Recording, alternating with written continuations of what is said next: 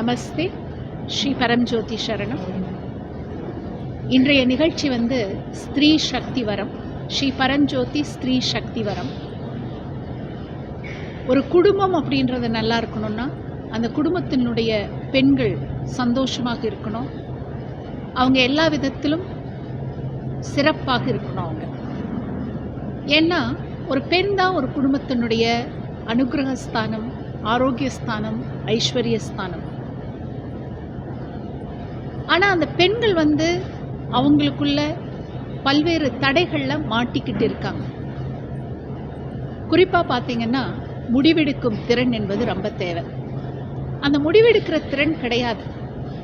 மனசு வாழ்க்கையில் பிரச்சனைகளை தான் சிந்திக்குதே தவிர நம்மளுக்கு என்ன வேணும் அப்படின்ற அந்த சொல்யூஷன் ஓரியன்ட் மைண்ட் செட்டுக்கு விமன் மாறணும். அடுத்ததாக சவால்கள் அப்படின்றது வாழ்க்கையில் இருக்க தான் செய்யும். சவால்கள் இல்லாத வாழ்க்கை சாத்தியம் இல்லை. ஆனால் அந்த சவால்களை சந்திக்கக்கூடிய ஒரு மனோபலம் என்பது ஒரு மனிதனுக்கு தேவை. அடுத்ததாக பார்த்தா வாழ்க்கையில் நம்ம எல்லா விஷயத்துலையுமே ஒரு ஃபோக்கஸ்டாக இருக்கணும். எனக்கு இது வேணும்னு நினச்சா மாத்திரம் போகாது. எப்படி கோழி தன் முட்டை மேலே அடக்காக்குதோ அதுபோல் எனக்கு இது வேணும் அப்படின்னு நம்ம என்ன நினைக்கிறோமோ அந்த காரியத்தை சாதிக்கிறதுல ரொம்ப டீப்பாக நம்ம ஃபோக்கஸ் பண்ண முடியும்.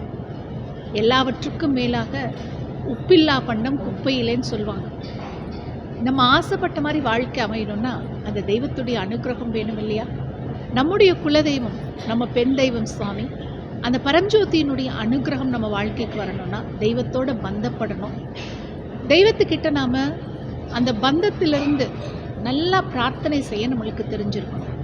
இப்படி பெண்கள் அவங்க வாழ்க்கையில் இப்படிப்பட்ட சில திறன்கள் எல்லாம் நிறையவே பெற்று வாழ்க்கையில் அவங்க செழிக்கணும் அப்படின்றதுக்காக தான் இந்த ஸ்திரீ சக்தி வரம் அப்படின்ற நிகழ்ச்சி. பெண்கள் சிறப்பானாங்க அப்படின்னா அந்த குடும்பங்கள் சிறப்பாக இருக்கும்.